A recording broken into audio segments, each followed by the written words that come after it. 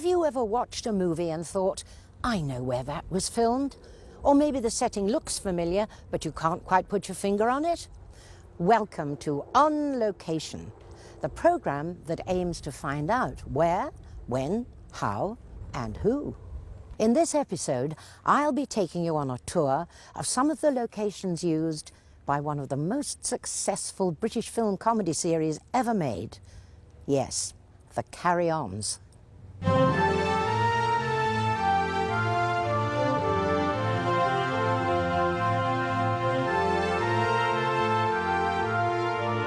I'm here in front of Waddesdon Manor, home to the famous banking family, the Rothschilds. It was built in the late 19th century and played host to such distinguished guests as Queen Victoria. It also played a part in Carry On, Don't Lose Your Head.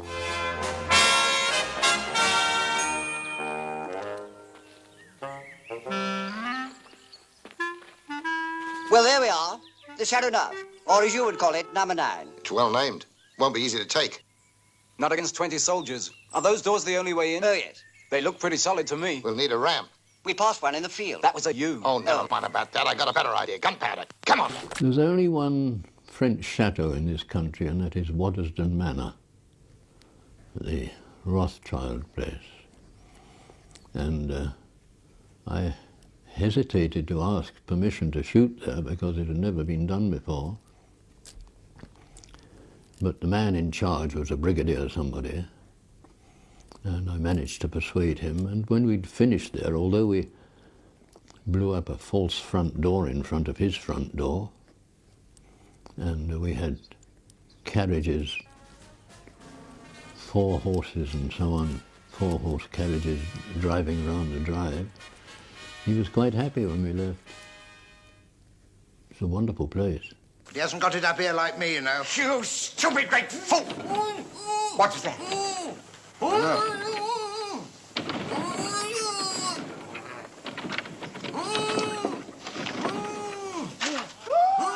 Citizen Robespierre. No, it can't be. Just went out. It wasn't him that went out, you blithering idiot. That was a fingernail. He's done it again. Then you must be... Camembert, yes. Now will you believe me, you blithering idiot? Don't Lose Your Head wasn't the only carry-on film to have a period setting. Producer Peter Rogers realised his magic formula would work just as well for other historical stories, as in the case of Carry On Henry. My old workmate Terry Scott was in that one. Poor dear woman. Perhaps I could do something to get her down. By way of verbal persuasion, I mean. Any kind of persuasion from you would get anybody down. No, let us stay there and stew in our own juice. Her Most Gracious Majesty, Queen Marie. Good Lord. It's time to leave the elegant surroundings of Waddesdon Manor and head towards the home of the Carry-Ons, Pinewood Studios. But not before we've heard something that may remind you of a fairly successful band. What's going on in here? Yeah, yeah, yeah. Yeah, yeah, yeah. Yeah, yeah, yeah. Stop it! Stop it at once! Get off the furniture, you lout! How dare you say all priceless antiques? How dare you spoil beautiful things with your grubby seat marks? It's a disgrace. What's she doing with that harp? I chose Pinewood because I happened to be here. When Gainsborough closed at Shepherd's Bush, everybody moved here. So I made films here before the Carry Ons. And I've been here ever since. I've been here 50 years. 20 miles west of London is where we find one of the world's most famous film studios. Since 1936, Pinewood has led the way in movie production, from the glamour of the Bond films to the fun and slapstick of the Carry Ons. Peter Rogers, having had the original idea for the Carry Ons, then had to find a director to bring the scripts to life. This crucial job was safely entrusted to Gerald Thomas. He was a friend of mine because he happened to be my wife's editor on all her films, and I knew he wanted to be a director. So I said to Betty, do you mind losing your editor? And she just said, no, if you're going to make him a director, and that's how it all happened. This is Pinewood's timber yard. Just like any other, you might say. Except that in Carry On at Your Convenience, it became W.C. Boggs' toilet factory. What do you expect?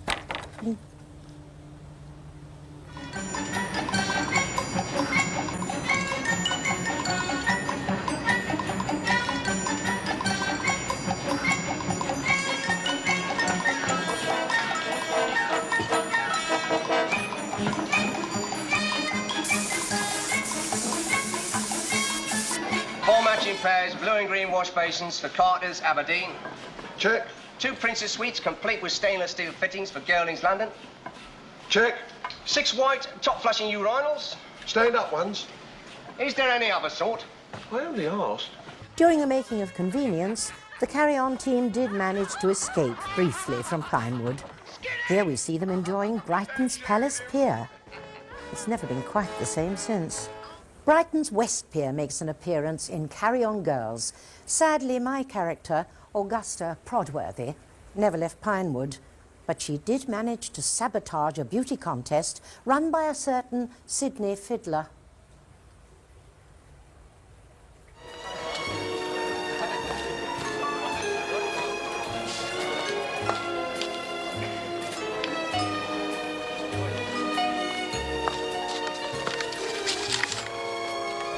Sunray to A. Able. Commence Operation Nobble. Roger, and out.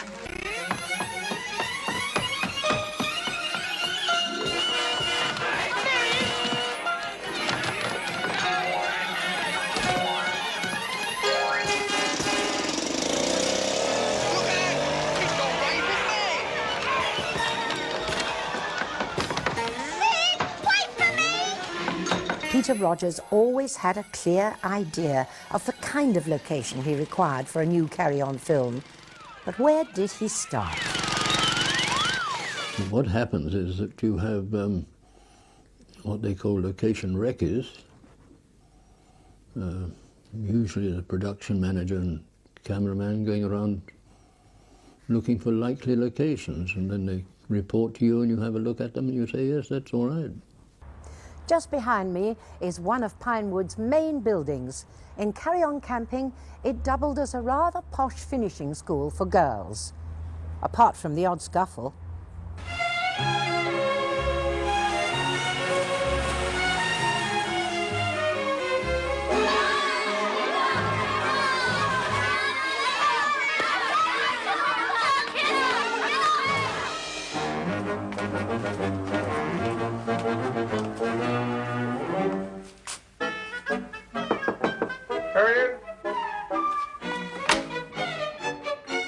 Matron, what can I do for you?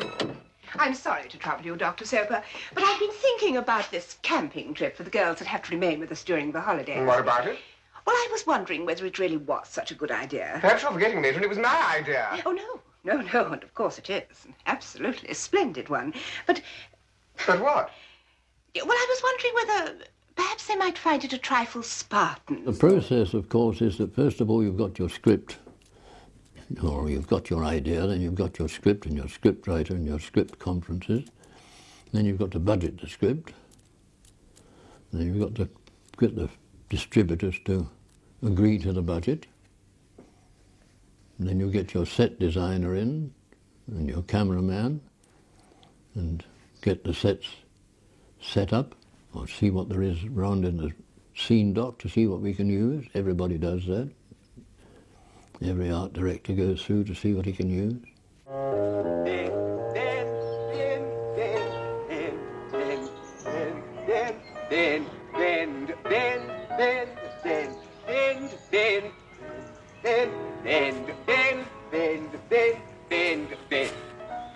And up, and down, and up, and down, and up, and down.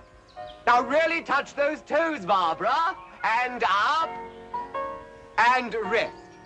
Now, legs astride, arms flinging from side to side. Begin. And fling, and in, and fling, and in. And both arms fling. Now really, let's see those chests come out. and fling and in, and fling and in, and fling. Oh, matron, take them away. That famous scene was shot in Pinewood's cherry orchard. Barbara's bra was actually attached to a fishing line, which was then yanked off by one of the crew. Well, somebody had to do it. I remember Barbara Windsor, and she didn't realise the mic was live, cursing me because she was stepping through mud over on the paddock there. And she was so frightened afterwards that I might hear it in rushes, but it became a joke. Well, you would. I mean, there she was ploughing through with great big boots on and a bikini. That was filmed in a typically English spring. And here we are in summer. In order to create the desired summer effect, the muddy ground was sprayed green. Josh Fiddler, played by Peter Butterworth, was the campsite manager. And here he is, trying to earn an honest living. Excuse me. Yes. Can I help you? Yes, we'd like to camp here. Who do we have to see? Me. I'm the owner, Josh Fiddler. Oh, how do you do, Mr. Fiddler? Yeah. I'm Boggle. This is Mr. Lugg. Hello. You're not members, then? Do you have to be members? I'm afraid so. I'm trying to keep this place select, you know. It's not like some of these campsites. It's more what you might call a show place. We know all about that, don't we? How much is it to be a member, then? Pound. Pound? You all right, then? Per person. Each? But there's 4 of us. Bernie, it's all right, Bernie. We don't want to argue with Mr. Fiddler. 2, 3, 4. That's correct. Now then, gentlemen, your members' cards. Thank you. Right, shall we go then? Yes, any time you want to book in here, just show them. But we want to come in now. Now? Yes. But you haven't booked, have you? Booked? Don't tell me you're full up. Well, I might be able to squeeze you in, but you should have paid the booking fee. Booking fee. Which is? Pound. Pound. Per tent. 2 tents, £2. Now, can we come in? Certainly. As soon as you paid the rent. Rent. In advance. But you've had 6 quid out of us already. Bernie, it's all right, Bernie. What about the rent then, Mr. Fiddler? Well, my usual charge per week. Yes, yes, which is? Pound. Yeah, I know it. Per tent? Or per person, whichever's the greater. I don't know if anybody ever told you, but your name certainly suits you. Thank you. But we used Windsor a lot. And we used to hire a red bus and kid ourselves it was part of London. And kid the audience too. In Carry On Loving, Sid Bliss runs the rather dodgy Wedded Bliss Marriage Bureau. Won't you sit down, Mr. Oh, Muffet. Bertram Muffet. Muffet? Well, we'll have to find you a crumpet to go with that, won't we? I beg your pardon? Never mind. Now then, Mr. Muffin. Muffet. Muffet, yes. Our charges, and very reasonable they are too, are 2 guineas registration, 2 guineas for the introduction, and 2 guineas when you click. Click? Get married. And if you click without getting married, it's 4 guineas, all right? Oh, yes, that's fine. Bertram Muffin. Muffet. That's it, yes. So we'll just get a few details. Age? Oh, 17, I think. 17. Well, I thought the younger she was, the longer she'd last. No, no, no. I want your details, your age. Oh, 27. 27. And what are you interested in? Same as most chaps like to do, I suppose. And that is? Well, I don't know. I've never done it yet. You should try it. It's lovely. Now, you see, what I'm trying to do is to find out what you like to do so that I can fix you up with a girl who likes it too.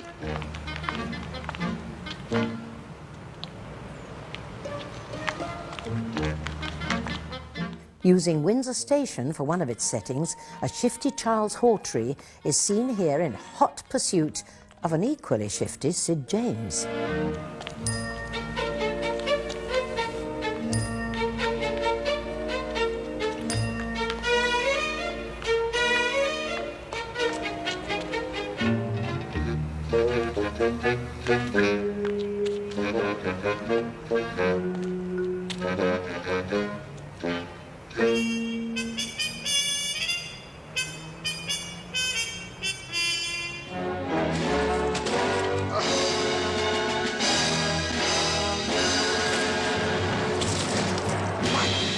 American Phil Silvers appears as Sergeant Knocker in Follow That Camel. He and the rest of the Carry On lads find themselves in the Foreign Legion. Colour Sergeant Knocker reporting, sir. Back from patrol. No, sir, thank you, sir. I'll be all right after all. I've just been 5 days without food or water. That's all. Bring water quickly. Water? No, thank you, sir. I'll be all right. I must file my report. Drink, Sergeant. No, thank you. Oh, you can't. Thank you, sir. Delicious, sir. Hey, now, Sergeant, if you feel strong enough, your report. Yes, sir. But you see, last Saturday, I got this tip-off there was going to be an attack on Fort Soissonnette. Well, it cost me 20 francs, but I don't mind if I don't get it back. It was worth it, sir. Sergeant, you will get it back. Oh, thank you, sir. You're a brick. We used camber sands, and we built the fort down there. Years ago, I made a film here on a stage that had a desert. We filled the stage with sand. You've never seen anything like it. But it took so many lights that the powerhouse said, steady, we haven't got any power left. It took so many lights to light the sand. But that's not why we went to Canberra, because we had to build a fort. Look, the fort!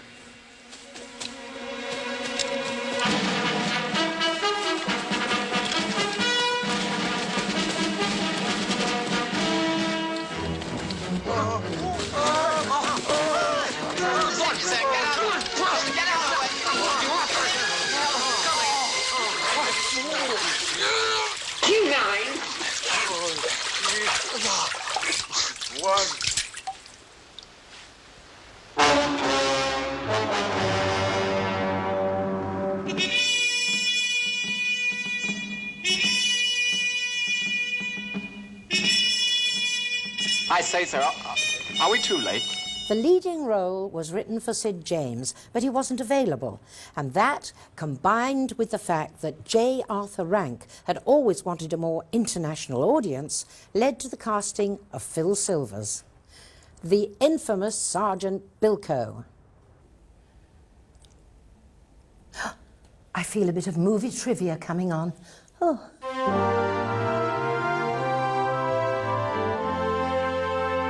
The longest-serving Carry On member was Kenneth Williams. He was seen in a record 25 films, beating runner-up Joan Sims by only one. Several of the Carry Ons had a medical theme. There was nurse, doctor, and matron. But where did they find the locations for those? According to your script, you look for somewhere that's appropriate. I mean, if you want a hospital, you can't go to a hospital, so we go to a town hall. Maidenhead Town Hall we use quite often, and outside the studio here.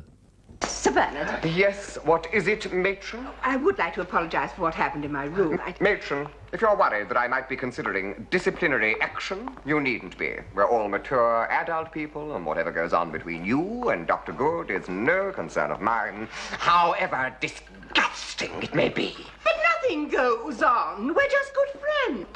I know all about good friends. I had one at school. She was the groundsman's daughter, but she never got off the ground. That is a very uncalled for remark, Sir Bernard, and I shall expect an apology. Well, it's not all you're expecting, I shouldn't wonder. Very well, Sir Bernard. But don't come to me again when you want to prove yourself.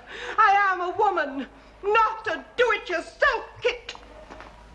You've probably realised by now that almost every inch of Pinewood has at some time been transformed into the seaside, into a holiday camp, or even perhaps a jungle. The famous rhododendron walk, I mean, it's a very formal garden, a lot of it, which was useful for Henry. And the club entrance and by the restaurant we used for the residents in the Indian scene. Oh, they wouldn't dare show violence to a missionary. We had all the rioting and so on outside there. Pinewood's clubhouse doubled as the British Embassy in Carry On Up the Khyber and was the setting for one of the funniest scenes in the film. Have you ever been to a dinner party quite like this? Terrible noise. Yes, it's shocking, isn't it? It's not a first-class orchestra. Mind you, they're doing their best. I mean the noise outside. Oh, It's probably the drains again. Major Shorthouse, you really must have that seen to. Yes, sir. How are you enjoying your stay in India, Mr. Belcher? Marvellous. Can't wait to leave. Yes, I suppose it has its ups and downs. The most distant location was Snowdon, which was for Carry On Up the Khyber. It was only a one-day shoot, but when the film came out, I had one or two postcards from veterans in the forces who had actually served in the Khyber Pass, and they said they recognized it. Oi, Bandit Dean, there is a guard. We cannot go through. Only one man, Stingy. Oh, one devil in skirts is enough. You know they are invincible. If we fight, maybe. But there is always bribery. What have we got to bribe them with? Don't you know what British soldiers are always looking for abroad? Yes, but where are we going to get a bint up here? No. Souvenirs. I'll offer him my weapon if he let me go through. Uh-huh.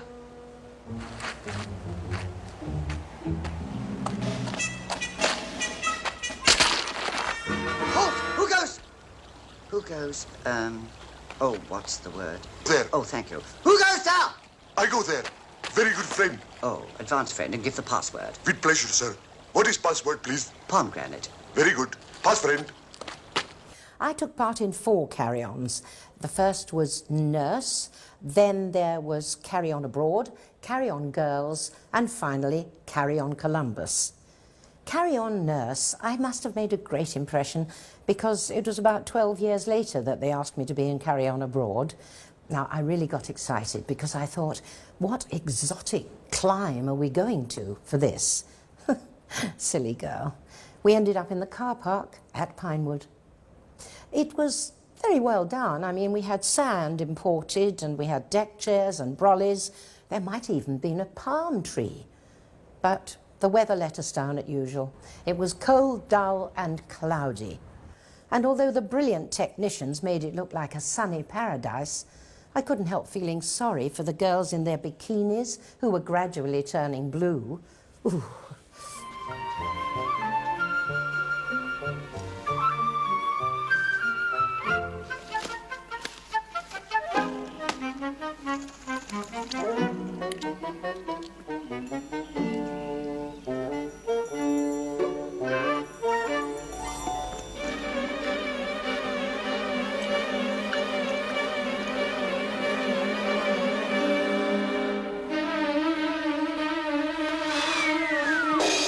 I hope I haven't destroyed too many illusions, and I hope you've enjoyed this sneak view of some of the carry-on locations.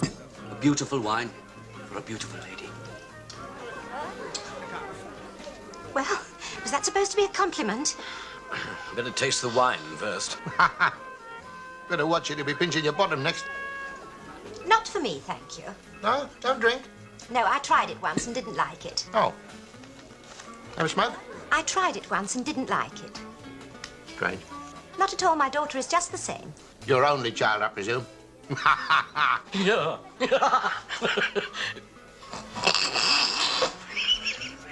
Goodbye.